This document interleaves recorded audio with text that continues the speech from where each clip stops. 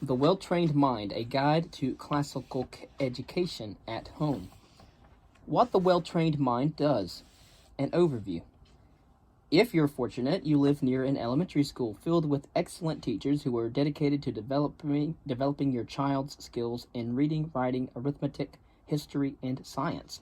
These teachers have small classes, no more than 10 students, and can give each student plenty of attention. However, the elementary school sits next to a middle school that is safe, no drugs, guns, or knives. This school also has small classes. The teachers train their students in logic, critical thinking skills, and advanced writing. Plenty of one-on-one instruction is offered, especially in writing. And in the distance, not too far away, is a high school that will take older students through world history, the classics of literature, the techniques of advanced writing, high-level mathematics and science, debate, art, history, and music, not to mention vocational and technical training, resume preparation, and job hunting skills. This book is for the rest of us, however. After a combined total of 40 years in education, Jesse Wise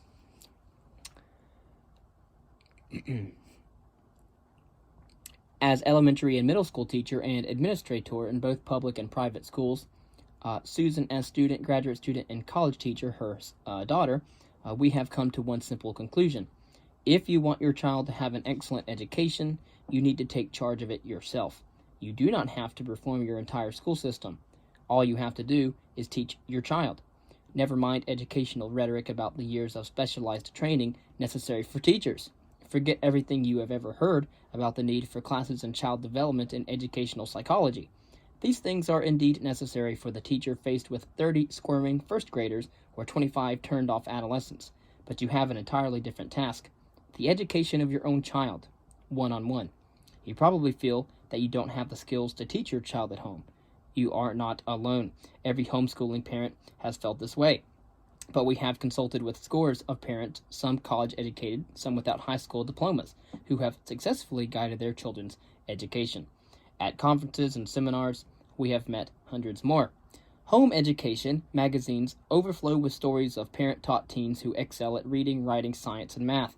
All you need to teach your child at home is dedication, some basic knowledge about how children learn, guidance in teaching the particular skills of each academic subject, and lots and lots of books, tapes, posters, kits, and other resources. This book will provide you with everything except the dedication. And so The Well-Trained Mind is a parent's guide to a do-it-yourself, academically rigorous, comprehensive education. Indeed, a classical education. What is classical education? It is language-intensive, not image-focused. It demands that students use and understand words, not video images. It is history-intensive, providing students with a comprehensive view of human endeavor from the beginning until now. It trains the mind to analyze and draw conclusions. It demands self-discipline. It produces literate, curious, and intelligent students who have a wide range of interests and the ability to follow up on them. The Well-Trained Mind, in overall, is a handbook on how to prepare your child to read, write, calculate, think, and understand. In the prologue, we will outline what a classical education is and tell you about our own experience with classical education and with various forms of school at home. You may decide to remove your child from school. You may decide to leave him or her in regular classes. Either way, however, this book will give you the tools that you need to teach him or her at home or to supplement and reinforce what he or she is learning in the classroom. Part 1 tells you how to lay the foundations of academic excellence from kindergarten through 4th grade. Part 2 outlines a program that will train the maturing mind of a middle school child, grades 5 through 8. Part 3 covers high school skills, even if you are starting with an older child, though you should read through the earlier sections in order that you may understand the basic principles of classical education. Each section includes a grade-by-grade summary so that you can see at a glance what each school year should include. Part 4 is dedicated to the issues surrounding full-time home education, including socialization, grade-keeping, standardized testing, getting into college, athletics, and other homeschooling matters. If you want to keep your child in school but do remedial work in grammar or math, you can use the curricula and the methods that we suggest in the evenings or during breaks. If your child wants to go above and beyond, what he or she is learning in history or science, he or she can pursue in the at-home programs that we outline on their own time. A word about resources. We find huge lists of resources extremely overwhelming. When Susan goes looking for a book about ancient Egypt for her second grader, she doesn't have time to sort through an extensive list of recommended books or bibliographies. She just wants 2 or 3 of the best sources. For this reason, we have sorted through available resources and listed our top picks. But for those who want to explore all available options, take a look at Chapter 46, titled More Stuff, with the subtitle The Annotated Catalog List, which will give you a place to start. Again, this is just a place to start. For the more curious reader, they will continue on to things outside of the introductory material. Practical considerations. Using the well-trained mind without losing your own. This is a very big book. The well-trained mind provides information on teaching all the subjects in the classical curriculum for all 12 grades: literature, writing, grammar, history, science, math, Latin, modern languages, art, music, debate, and more. It is a rare parent who will follow this program exactly. The freedom to tailor an academic program to your child's particular interests and needs is one of home education's greatest advantages. We have explained the general philosophy that governs each part of the curriculum. But our specific schedules, texts, and programs are just illustrations of how to put this philosophy into practice. We think the texts and programs that we have settled on are the best available at the time, but you should always feel free to substitute or to pick and choose. For example, in Chapter 16, we recommend that middle grade history students outline their history lessons, and we also demonstrate this process by quoting from the King Fisher Illustrated History of the World, our recommended text. But if you have found another book of world history that you love, you can certainly use it instead. You can follow one part of the program, but not another. If, for example, you have found a math curriculum that works well for your 6th grader, you can use the language resources that we suggest without feeling as though you have got to convert to the math books that we like. If your high school student already has a literature list, he or she, and they're reading their way through, you can still use our writing and grammar suggestions without adopting our reading list.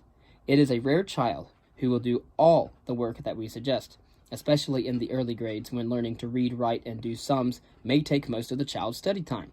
Our sample schedules show you how to fit everything in if that's what you want to do. But many students have extracurricular activities such as sports, music, serious hobbies, clubs, skills, courses, as an accounting or typing. And that may bump art appreciation or French from your schedule.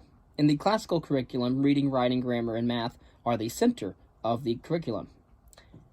Interestingly enough, history and science become more and more important as the child matures and develops increasing critical thinking skills.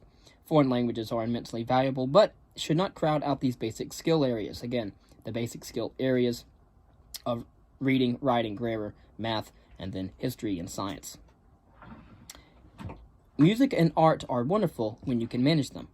After you read parts 1, 2, and 3, you should have a good grasp of the principles that guide a classical education. And as you put them into effect, take seriously our constant direction towards texts and curricula that are systematic and rigorous. Remember that a child must have a thorough grounding in the basic skills of grammar, spelling, and writing before he or she can proceed to more complex analytical work. But when you teach your child at home, you make the final decision on which books that you will use and how much time you will spend on schoolwork. Our suggestions are simply that suggestions meant to guide you as you plan your child's education at home. Supplementing your child's education, the well-trained mind, and full-time school. Not everyone who uses this book will want to join the ranks of full-time homeschoolers, although the schedules in this book and most of the information in Part 4 will be useful to parents who are educating their children completely at home. The information on teaching each subject and the resource lists that follow each chapter will indeed help you to supplement the education of a child who is already in school. Every involved parent is a home educator. If you are checking your child's compositions, talking him or her through his history homework, or drilling him in mathematics, you are already teaching him. In this case, you are acting as a teacher's aide. you are helping to teach and to reinforce material that has already been presented in the classroom. You may find, however, that you want to move beyond this role and take on the job of organizing and presenting new material yourself. Your child may need extra tutoring and practice in a subject in order to completely master it. He or she may also be interested in a subject that he or she wants to go beyond the prescribed curricula. Either way, we suggest that you read chapters 1 and 2, which explain our basic theory of classical education, and the chapters that deal with each stage of the mind's development. Chapter 3. Chapter 13, the argumentative child, and Chapter 24, speaking your mind, as well. These will give you an overview of the process of learning, no matter what age your child is. We also suggest that you call for the catalogs listed in Chapter 46, titled More Stuff, which will give you some idea of the immense wealth of supplementary materials that are available. Encourage your child toward absorption in grades 1 through 4, critical thought in grades 5 through 8, and expression in grades 9 through 12. Again, that is absorption, critical thought, and expression. He or she must have good phonics-based reading skills. One use of the phonics programs that we recommend to each beginning reading skills: make sure he or she does plenty of extra reading in the early grades, and use the Critical Thinking Press books recommended throughout Part 2 in order to help him or her think critically about middle grade history, science, and mathematics. In the high school years, use as reference works Anthony Weston's A Rule Book for Argumentation and Writing Exposition. That will be going over thoroughly in chapters 24 and 25 in order to help the upper grade student write and argue with fluency.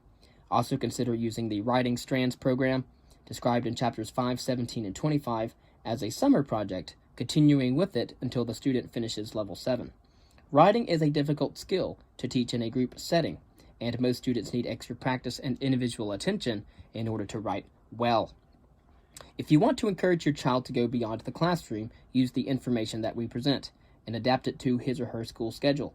For example, in Chapter 18, Making Decisions or Deductions, we describe a science program for 5th through 8th grade that requires the student to read science books, write reports on science, sketch diagrams of science, and to do experimental science. You can use the science text that we recommend and key the child's study to what he or she is learning in the classroom. If he or she is studying 5th grade biology and wants to know more, buy the book we recommend for biology. Bernie's How Nature Works: 100 Ways Parents and Kids Can Share the Secrets of Nature. Instead of following our homeschool schedule, which suggests that you progress through this book in order, 3 weeks on cell structure, 6 weeks on plant and fungi, 6 weeks on aquatic life, space science, environmental science, and so forth, turn directly to whatever topic is under study at school in the natural sciences, or you can use our resource sections to provide your child with supplementary readings and experiment kits. You can also use these chapters in order to guide a course of summer study, but bear in mind that a 12-week summer course can't cover all the material listed in these chapters, which are designed to provide a school year's worth of study at home.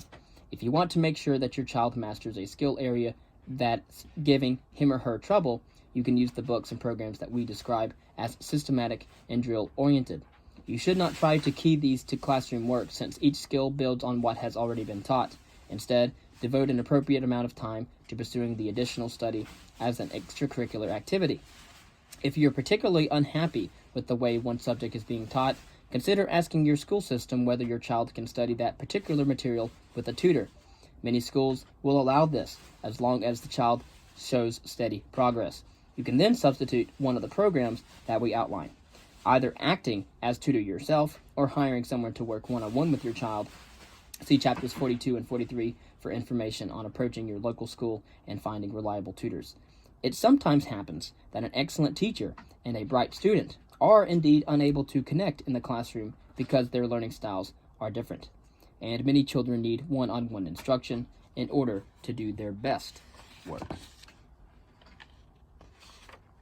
For we let our young men and women go out unarmed in a day when armor was never so necessary. By teaching them to read, we have left them at the mercy of the printed word. By the invention of the film and the radio, we have made certain that no aversion to reading shall secure them from the incessant battery of words, words, words. They do not know what the words mean. They do not know how to ward them off or blunt their edge or fling them back. They are a prey to words and their emotions instead of being the masters of them and their intellects. We have lost the tools of learning, and in their absence can only make a botched and piecemeal job of it.